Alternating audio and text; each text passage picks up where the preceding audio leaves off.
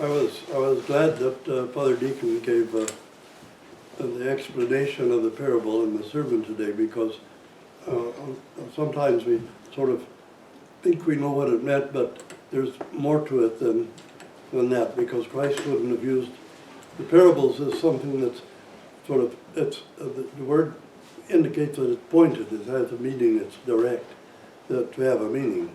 And it's not just a story, but it has a profound meaning of some kind. That's why it's called parable. And if we look at that parable today about the vineyard, the man who led the vineyard, to understand that the boundaries of the vineyard was really Israel, the Old Testament ecclesia, the Old Testament church, and that the tower built in the middle was the temple, because it was the one that was supposed to supply spiritual sustenance. That's where they would press the wine, press the grapes, and receive the wine. And so he was talking about precisely the old Israel. And there were several of the prophets who were either killed by the one group of the Israelites or another, and thrown out of the city. Many were driven away. And Christ mentions one of them, Zacharias, who was one of the last of the prophets whose books we have, were thrown out. And of course, Eli the prophet was driven all over the place by people who wanted to kill him. And he was not at all welcome among the people who had taken the paganism that had taken over. And so the Old Testament is really more about mankind's struggle with idolatry than anything else. The whole story, I mean, each story has something to do with us, but if we read it that way. But really, if we see it, the struggle against the various idolatries. And of course, some of the idolatries around Israel were very bad, because they sacrificed human beings, and they usually sacrificed babies to these Molech and Baal. So this constant struggle, this constant tension between the idolatry of the world around, even though Christ had hedged in the vineyard, nevertheless people were always tempted by what was on the other side of the hedge. And the temple was there, but they were tempted by something else, always. Something unusual. One of the things that was frankly tempting was the fact that some of the others had temple prostitutes. And that would lure some of the Israeli, or some of the Jewish men, well, there was no Judaism at the time, but would lure some of the men into the pagan cults. And we see descriptions of it in the Old Testament, but unless we know the history, we don't really recognize them for what they were. We don't recognize when they're speaking about one of these pagan cults and the practices in them, unless we have an idea of the history, which I suppose we'll discuss sometime. And that particular parable, and just before we approach Holy Week, we also read about the wedding feast.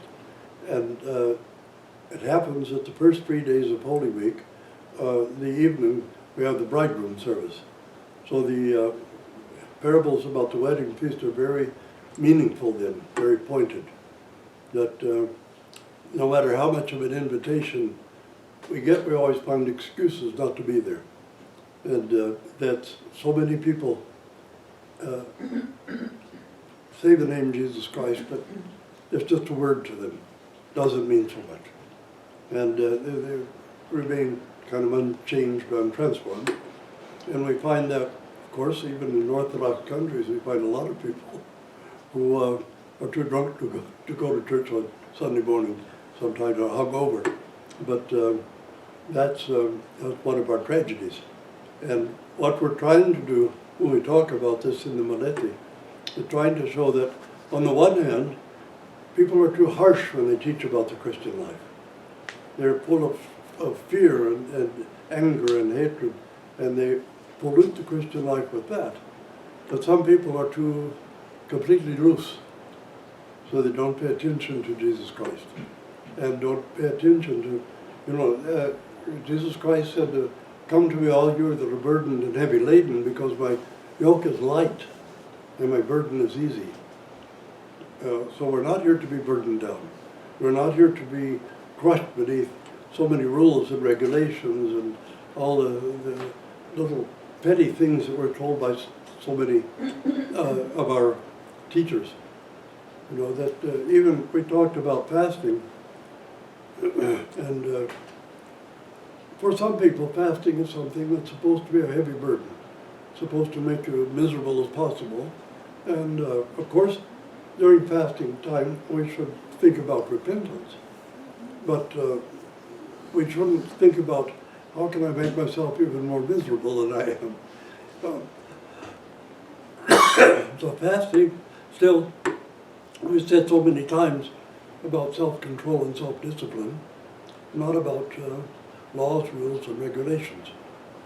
And sometimes, some places, at some times, they make it so difficult to prepare for communion that nobody takes communion, or practically never. I mean, in some parts of Serbia, you're supposed to fast on bread and water for a whole week. So I don't know if anybody in that area has ever taken communion. We always say, if a Serb is sick in hospital, you go to see him, don't take him communion, because he'll be convinced he's going to die, because they only take communion on the deathbed. So, but they made these rules, and there's nothing in the canons about it. There's nothing in the scripture about it. So they'll tell you, oh, you've got to read 3 Akafist and 3 canons and an hour's worth of prayers, and have a special fast on Saturdays before you can take communion. But that's something that people just made up somewhere.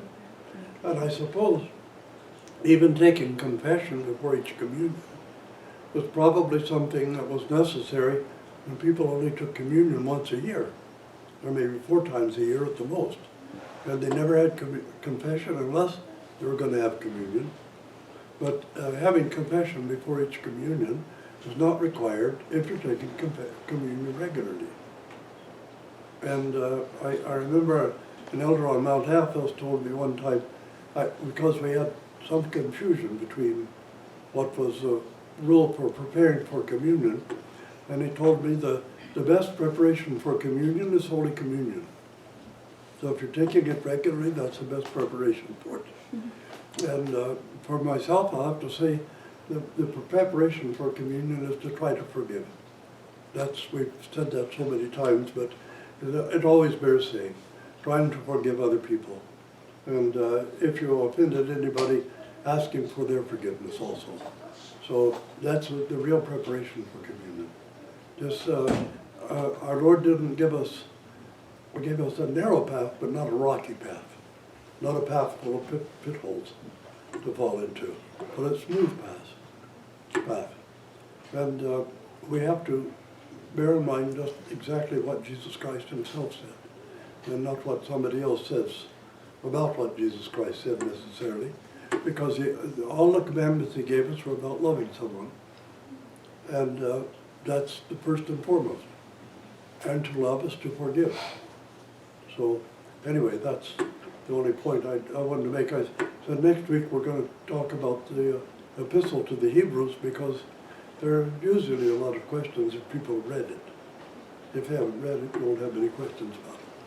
But I'd say somebody read it a little bit and ask some questions too, because in it is a direct revelation of what redemption and salvation means, and especially in the book of Hebrews, because it's correcting the Hebrew understanding and putting it in the context of Jesus Christ and of divine grace and of the promise given to Abraham.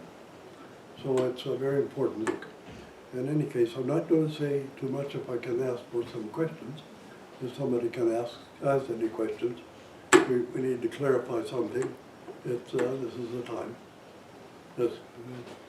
Regarding today's gospel, since the vineyard was taken away from the people of Israel, was given to the Gentiles. Yep. Is the people of Israel still the people of God? Well, theologically, the Christian church is a new Israel. That's what we've always been taught from the beginning. We say the Orthodox Church is a new Israel, or the Christian church is the new Israel. And but it's not the Israel of the law, it's the Israel of the promise. And no, I don't think you can say that Israel is a holy nation anymore, because the vineyard was taken away. It was given to people who would bring forth fruit. So the vineyard is no longer there. So there's a mythology that's fairly dangerous among the evangelicals in America, about they have an almost cultish relationship with Israel. And you know, you have to be careful to be politically correct in our day. But it's, some of my Orthodox Jewish friends will remind me that the Zionists who founded Israel are basically atheists. And they give the Orthodox Jewish people living in Israel a very hard time too, a very difficult time. So the thing is, when we look at the history of Israel, how long did the kingdom of David last? Lasted 2 generations and it was gone. But Israel itself, the state of Israel there, never became monotheist. They always had pagan temples, mountaintop temples that they worshipped on. And within no more than 75 years after David, the Assyrians conquered Israel and swept it away. Took the nobles and the upper class all into exile, but we have no idea where those 10 tribes are.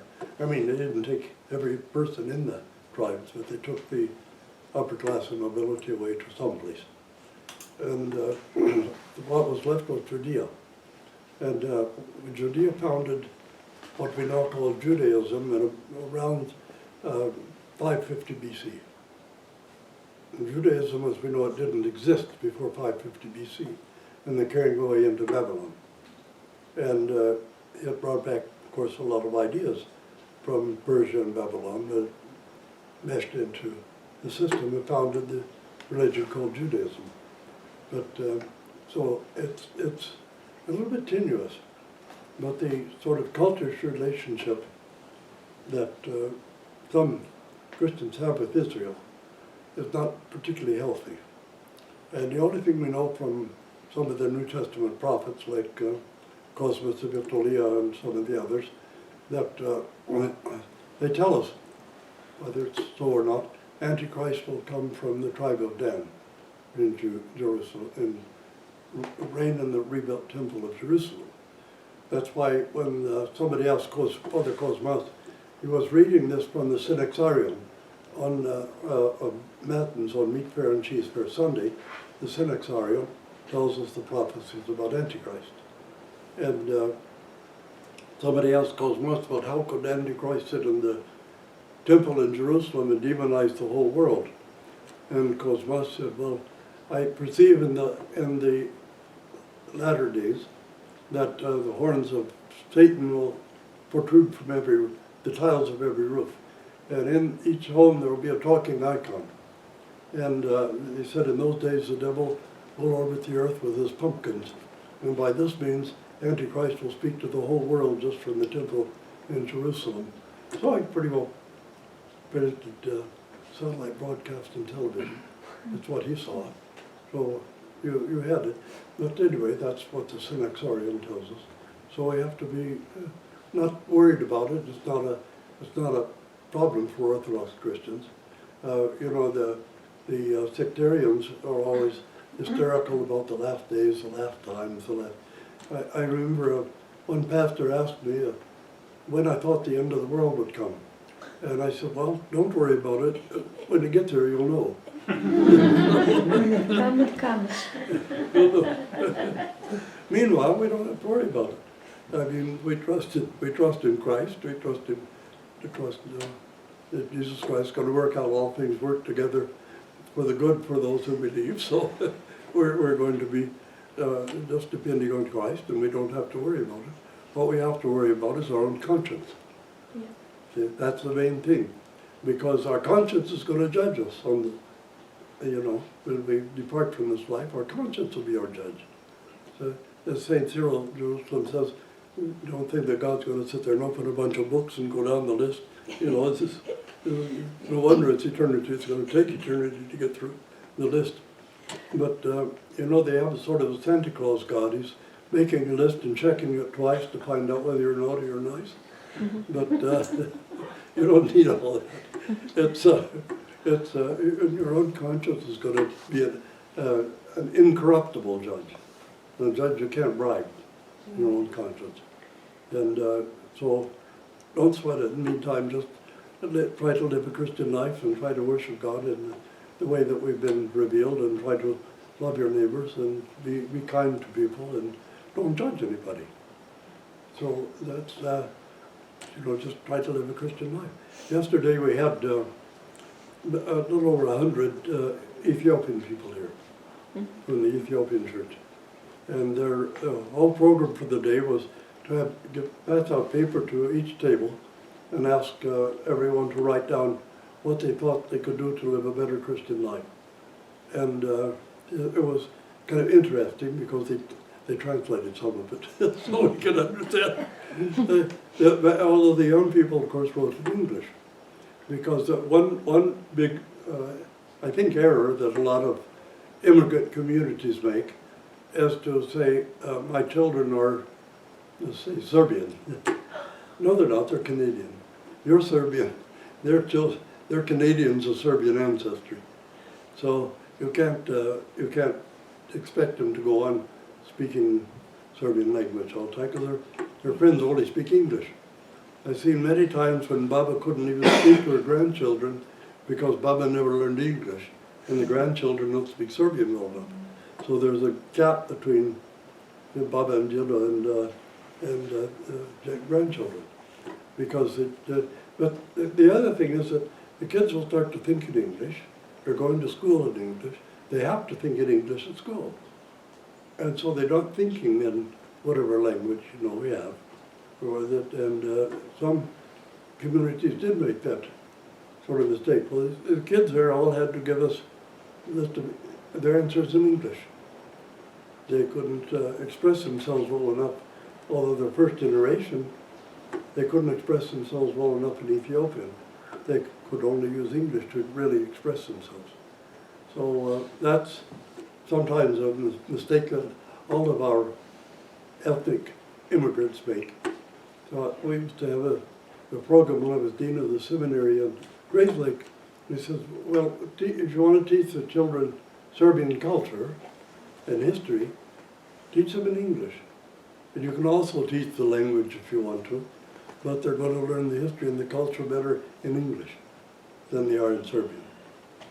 Because a lot of concepts they won't understand, you see, in Serbian, because the concepts are sort of ethereal. They're things that are in the culture, but they're not necessarily in everybody's head. So their concepts are founded, and in this case, they were founded in America. So these kids aren't ordering cevapici, they're ordering hamburgers. So that's where we come. So anyway, anybody have any? There are some clergy among the immigrants that are proactive, and actually they combine both the mother language with English language in such a way to accommodate both the elderly that don't speak the English language and also the kids that are more fluent in English than in their mother tongue. Yeah, well, actually, we introduced English in Westminster's Holy Trinity. I used to serve there for Father Lapusta when he would go away, and serve half in Romanian and half in English. So we also got the whole congregation to sing. I don't know if they did it when I wasn't there, but they did it when I was there. So anyway, yeah, we made some progress. In the Russian church, they never allowed you to have confession in Russian even. You had to have confession in Old Slavonic. And finally, I think in the 90s, early 90s or late 80s, they allowed the priest to hear confession in Russian. By then the kids didn't speak Russian, they spoke English. So it was, I remember, you know, I know I've said this many times, but I'm old so I can repeat myself.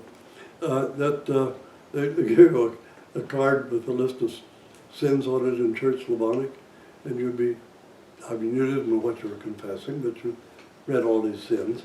And I said, as an 8-year-old, I think I was confessing adultery.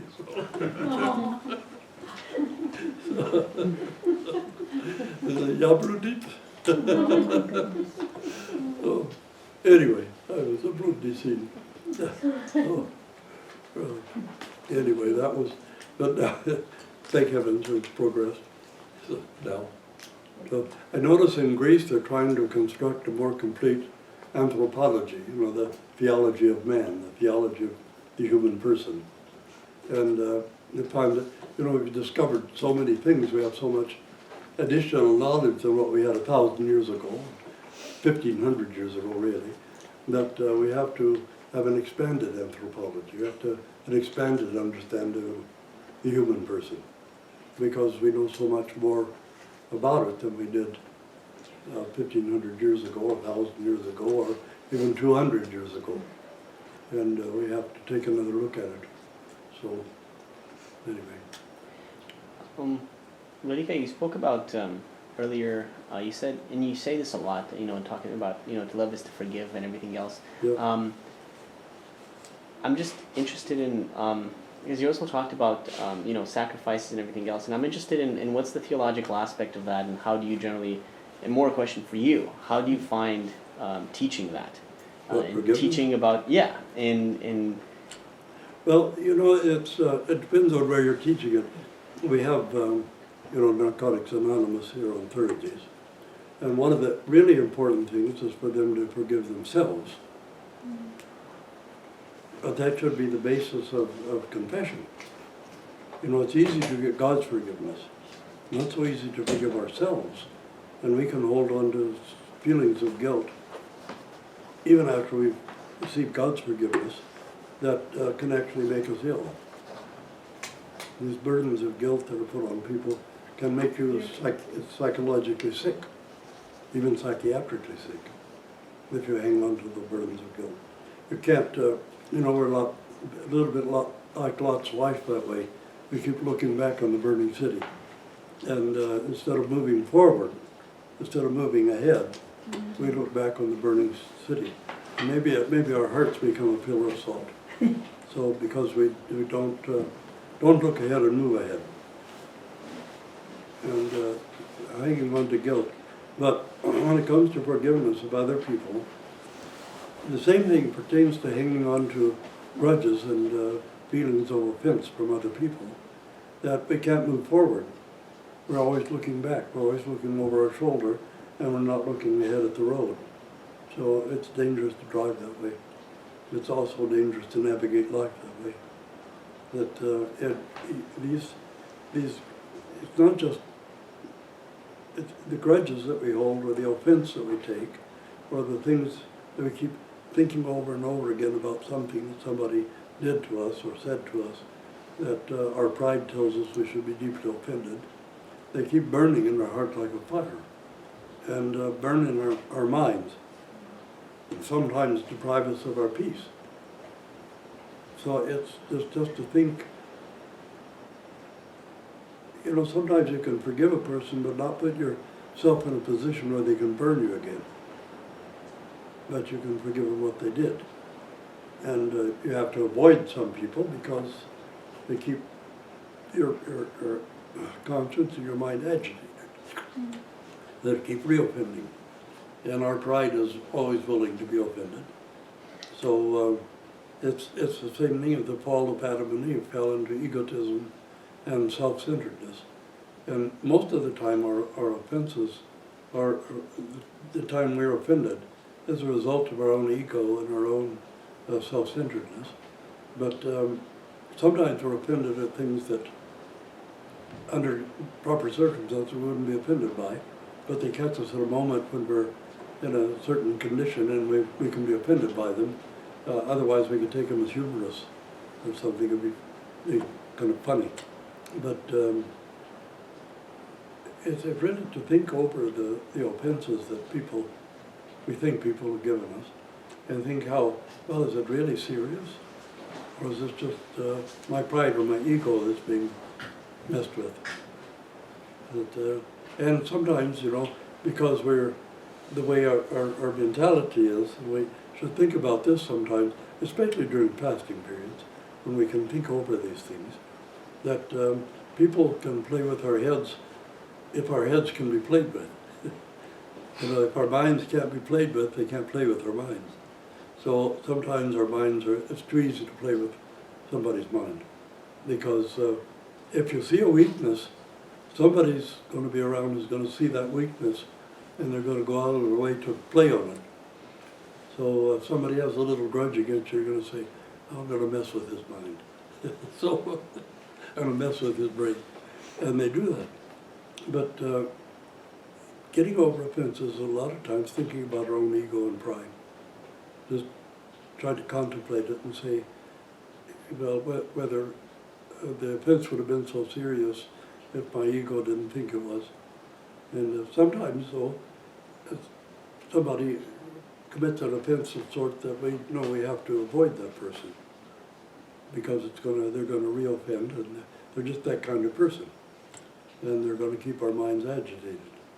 So it's better to find your peace and find other friends, acquaintances. But it takes a lot of contemplation to come to forgiveness. If we don't really think about it in a positive way, we're not going to be able to do it. So, anybody else? So, okay. So what's the best way to fight with our ego? Because it happens not necessarily in the church where you say, okay, contemplate a bit and you get help for people around you or from the clergy or whatever, but it happens on the road when somebody cuts you off.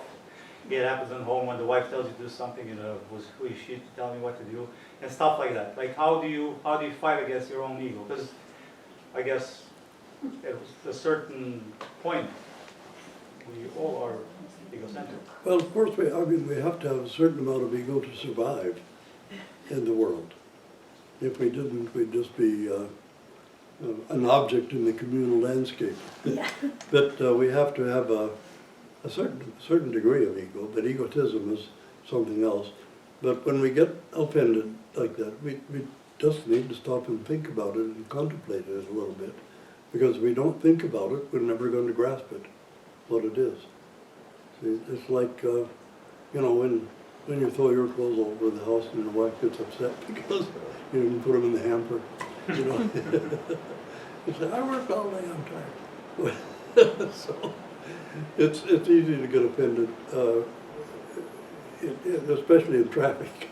I think the easiest place to get offended is when we're commuting and trying to get home from work.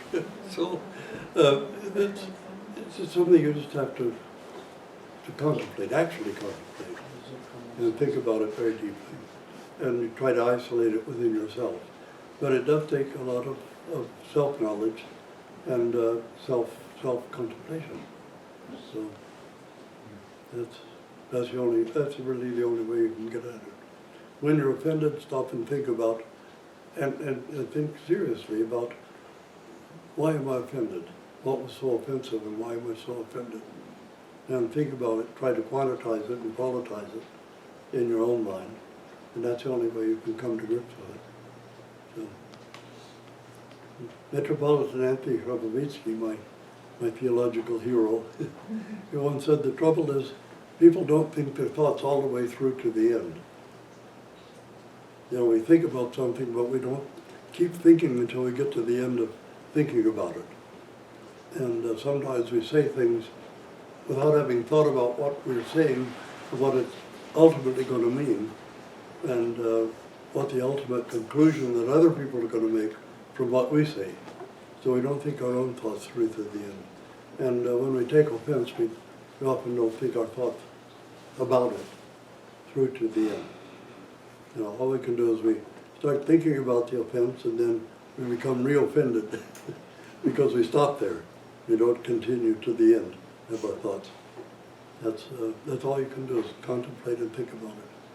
Try to analyze it, really, in yourself. Anybody else? No? Okay. Oh, go ahead. Gotcha.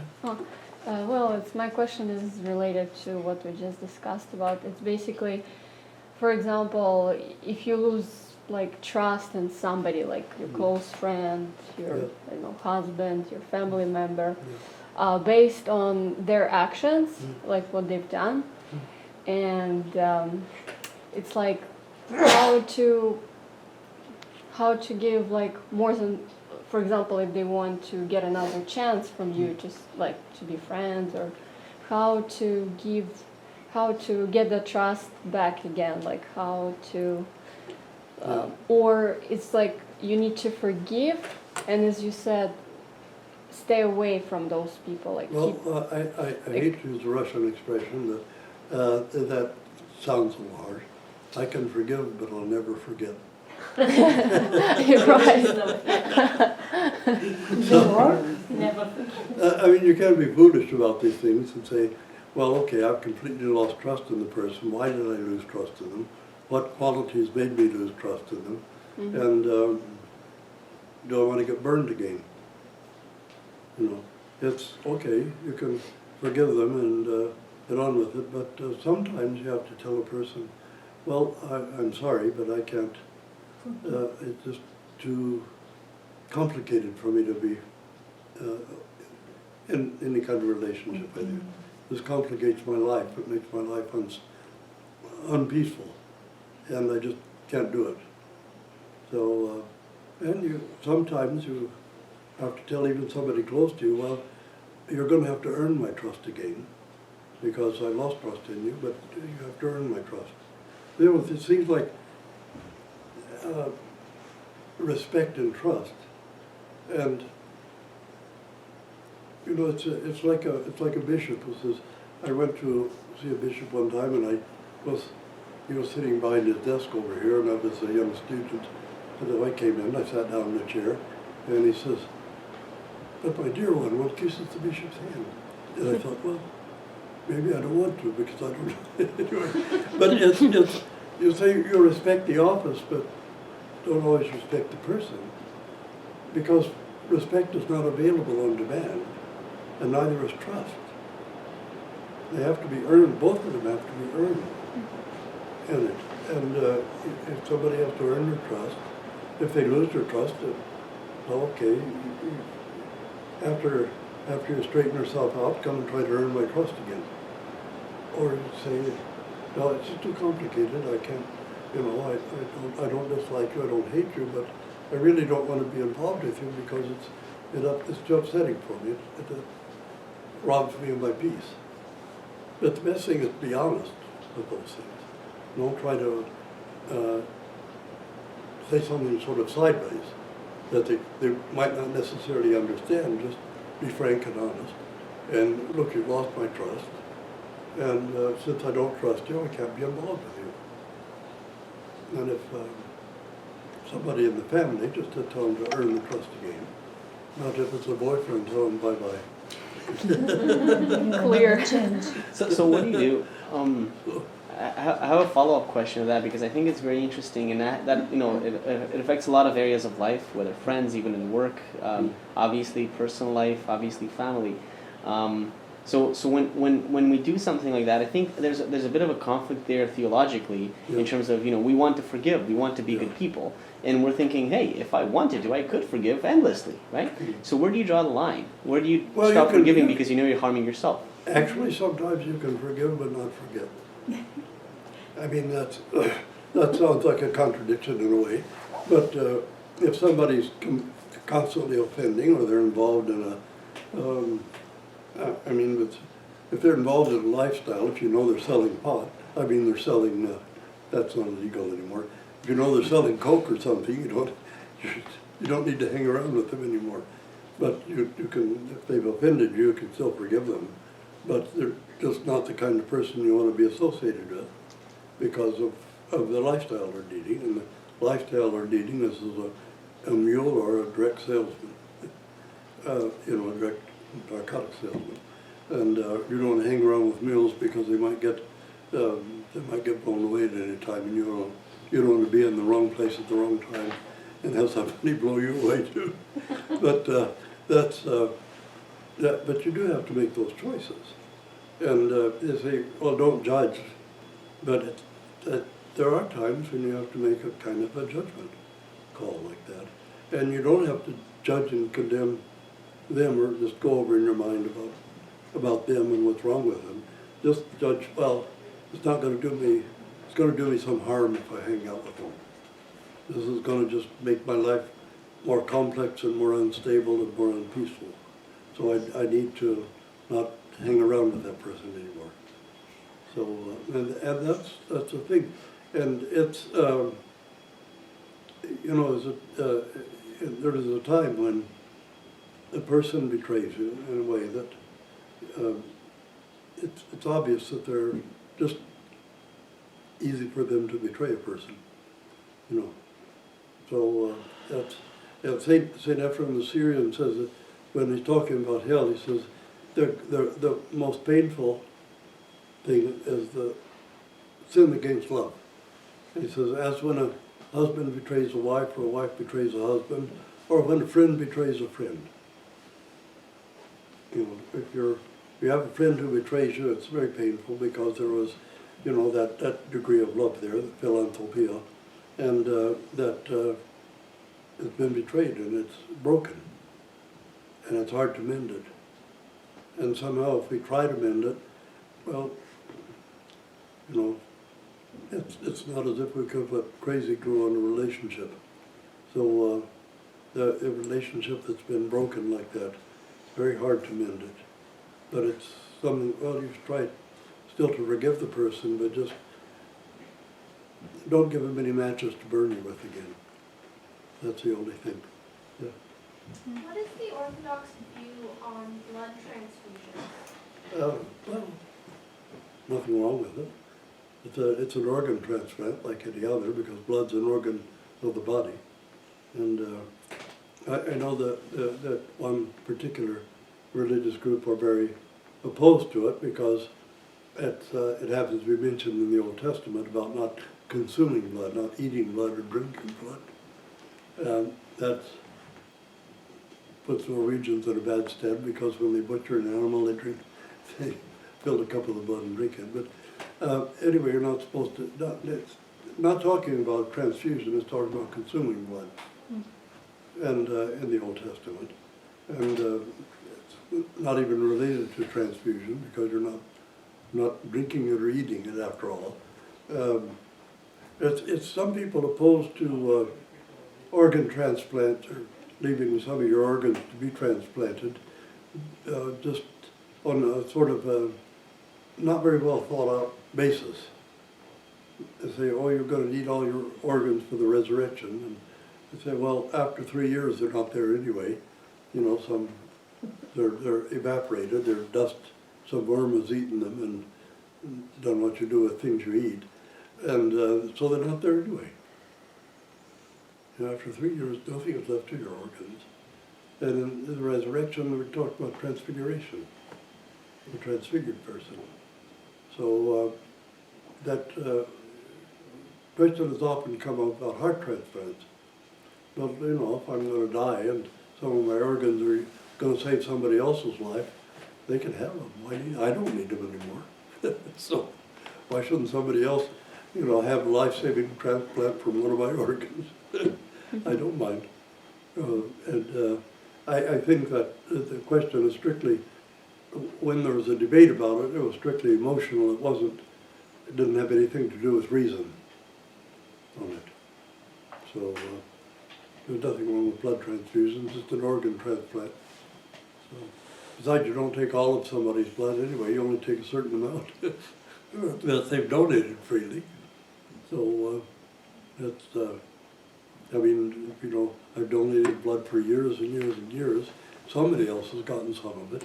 So I'm glad I could do it. I'm glad I could be useful to someone that way. And if somebody can use my kidneys after I'm gone, more power to them. So that's organ transplants are a nice thing to do. Anyway. Anybody else? No? Okay. Thank you. It is truly Me to call thee blessed Theotokos, ever blessed and most pure and the Mother of our God, more honorable than the cherubim, and more glorious beyond compare than the seraphim. Without corruption thou gavest birth to God the Word. True Theotokos, we magnify thee. Glory to Father, Son, and Holy Spirit, now and ever, and unto ages of ages. Amen. Lord have mercy, Lord have mercy, Lord have mercy, Vladika, bless. God is with us by his grace and love for mankind, always, now and ever, and unto ages of ages. Amen.